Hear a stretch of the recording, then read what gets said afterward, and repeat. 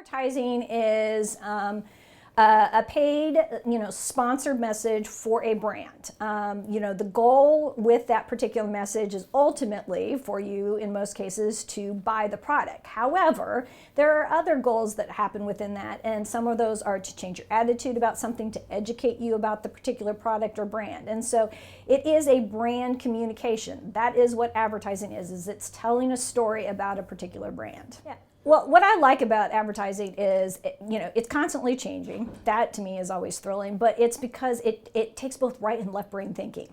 And you have to be good at both of them. And so it's a constant challenge from that particular end. And so even though I teach creative advertising, I still have to know a heck of a lot about strategy, because we don't just make stuff, it has to be strategic.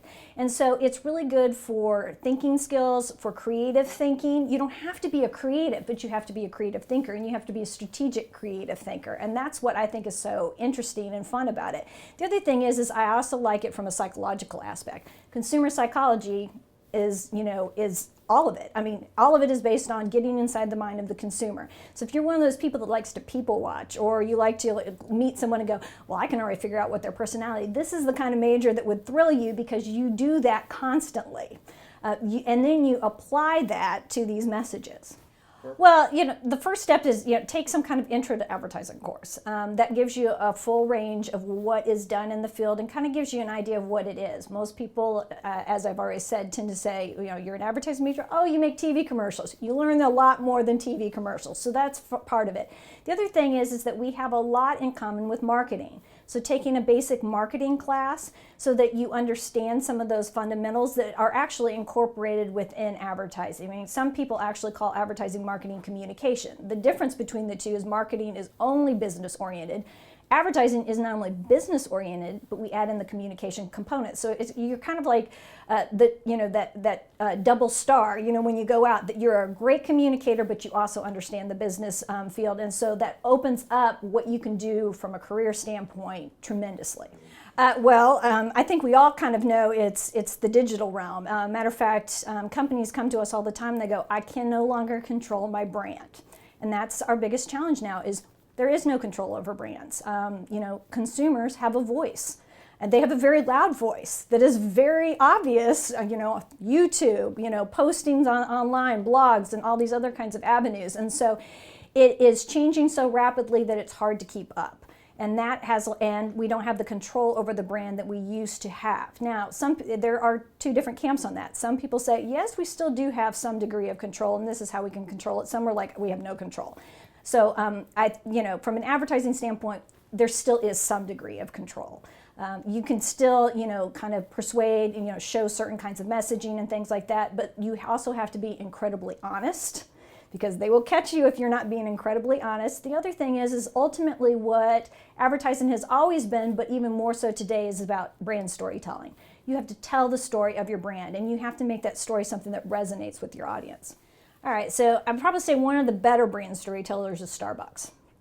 All right, first of all, Starbucks capitalized on what they saw out there when they, started their brand. And their brand is not, yes, it's about the coffee, but it's as much about the place itself and the atmosphere and this idea of creativity and how you can kind of make, they'll make any drink that you want any way that you want. Now, they'll charge you for it, but they'll make anything that you want. And so they have capitalized this on in a lot of different ways, but one of the ways that's very obvious, and it's part of that two-way communication between a consumer and a brand, is that they have a phenomenal website. And they have various little spots on their website where, hey, here are the different kinds of concoctions I've come up with, and they'll post those kinds of things on there. Some places, some individual stores will even have like so-and-so's, concoction, and this is the one for the month. They incorporate a lot more than just their coffees and teas in the store. You go in, there's always like a free app, for the month. And it's the atmosphere as a whole, and and the way that they lay it out. So all of it is telling a story. It's not just about what their advertising is doing; it's what their communication is, on an online, and print and all those kinds of things. But it's also the building itself, the atmosphere itself, the people, and the way that their customer service is based. So the brand storytelling process is really kind of this 360. It's all of that stuff, incorporated together so that they're consistently saying the same story over and over again. Brands that run into problems are brands that either don't have a story to tell, the story is not interesting for people, there's no emotional connection, there's no connection to the brand in the end, or they have two different things. The store experience is very different than what their advertising would say, or the online experience. It needs to be cohesive. Yeah, it depends. It depends on how you want to see yourself, how you want to sell yourself, and what area you want to go into. I mean, a lot of our majors will go into, kind of junior account executive jobs where they're working, for a brand, and part of that is creating the strategy behind the brand. Some people will go into the creative end of things, and so you're actually creating ads. Some people will go into more media planning or buying, and that could be digital, that can be social. That runs the gamut. Some people go very specific, like they're a digital media planner versus just a media planner. But there's a lot more than that. Anything in marketing coordinators, marketing executives, those kinds of things you can go into. Human resources is a very common place where some of our students will go into afterwards. And then there are these, the kind of niche things, like, you might go work for Nike brand experience, marketing. We've had multiple students who've gone on to work for professional sports teams, and so they work in their marketing departments at those sports teams because, particularly in those cases, they like advertising majors because not only do you know marketing, you also know communication, and communication is key in those particular fields.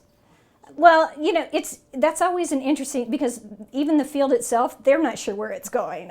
So that's kind of a tough question to ask, and a lot of it will be dictated by what consumers are doing, what they're following, and what the new cool app is that comes out, the new cool program that comes out.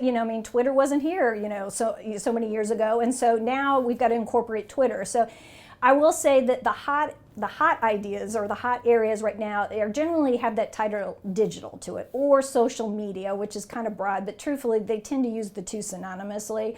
And I don't see that those are going to change.